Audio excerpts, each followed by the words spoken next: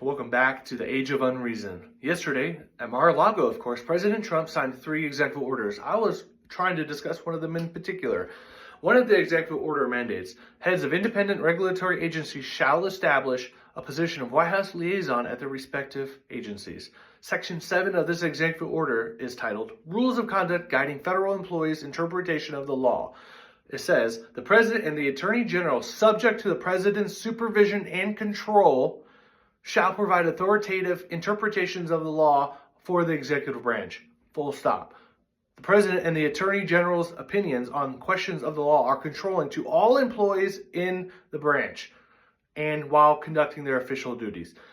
No employee of the executive branch acting in their official capacity may advance an interpretation of the law as a position of the United States that contradicts the President or the Attorney General's opinion of the matter of law, including but not limited to the regulations, issuance of regulations, guidance, positions advanced in litigation unless authorized to do so by the President or signed by the Attorney General. Quite simply, this is a power grab. Dictator Donnie, he has grubby hands, right? Imagine this. No one in the Department of Defense can determine what the law is. That is up to Donnie. And if he wants to start bombing Mexico, that's cool. It's legal. If he wants to have troops shoot protesters in the legs, that's fine. Because Donnie said so. You know, it wasn't but a few years ago in his last term that he got turned down by the defense secretary because he wanted to shoot George Floyd protesters in the legs on American streets. No one in the State Department can enforce the law without getting Trump's blessing. So if you want to collude with foreign governments and enrich yourself, that's fine. There's no such thing as free cash, though. Those bribes come with strings attached. Under a dictator Donnie, that's not corruption. That's just good, tough business. It doesn't end. No one at the Labor Department can enforce labor laws because imagine this, the billionaire that owns the business maybe sends money to Donnie, maybe just a quick text to Donnie changes the fundamental right of people to organize. I mean, they already gutted the National Labor Relations Board.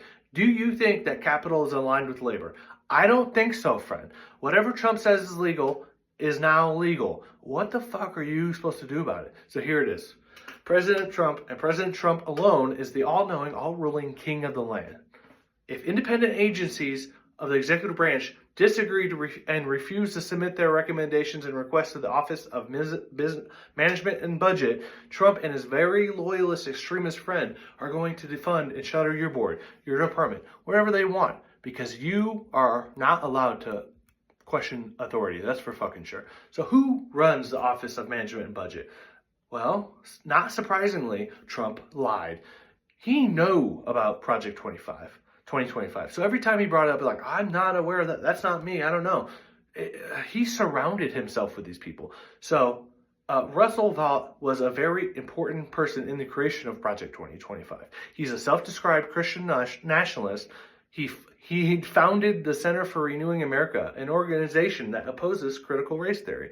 If you want to add more context to the shit show of a sandwich, just consider this.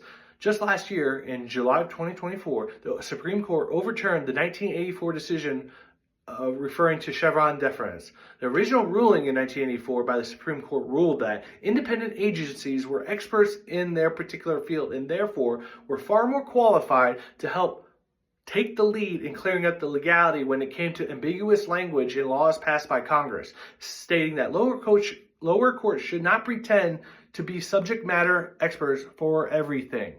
Last year, the activist Supreme Court reversed this 41-year-old ruling, so stealing power from the independent agencies, basically saying, we know best about everything. We are the chosen ones, stealing power from these agencies. And instead of the executive branch fighting back, which is what the checks and balances are for in the Constitution, Donald Trump is kicking these agencies while they're down. So power has been stripped from these independent agencies from both the corrupt Supreme Court and the wannabe authoritarian president.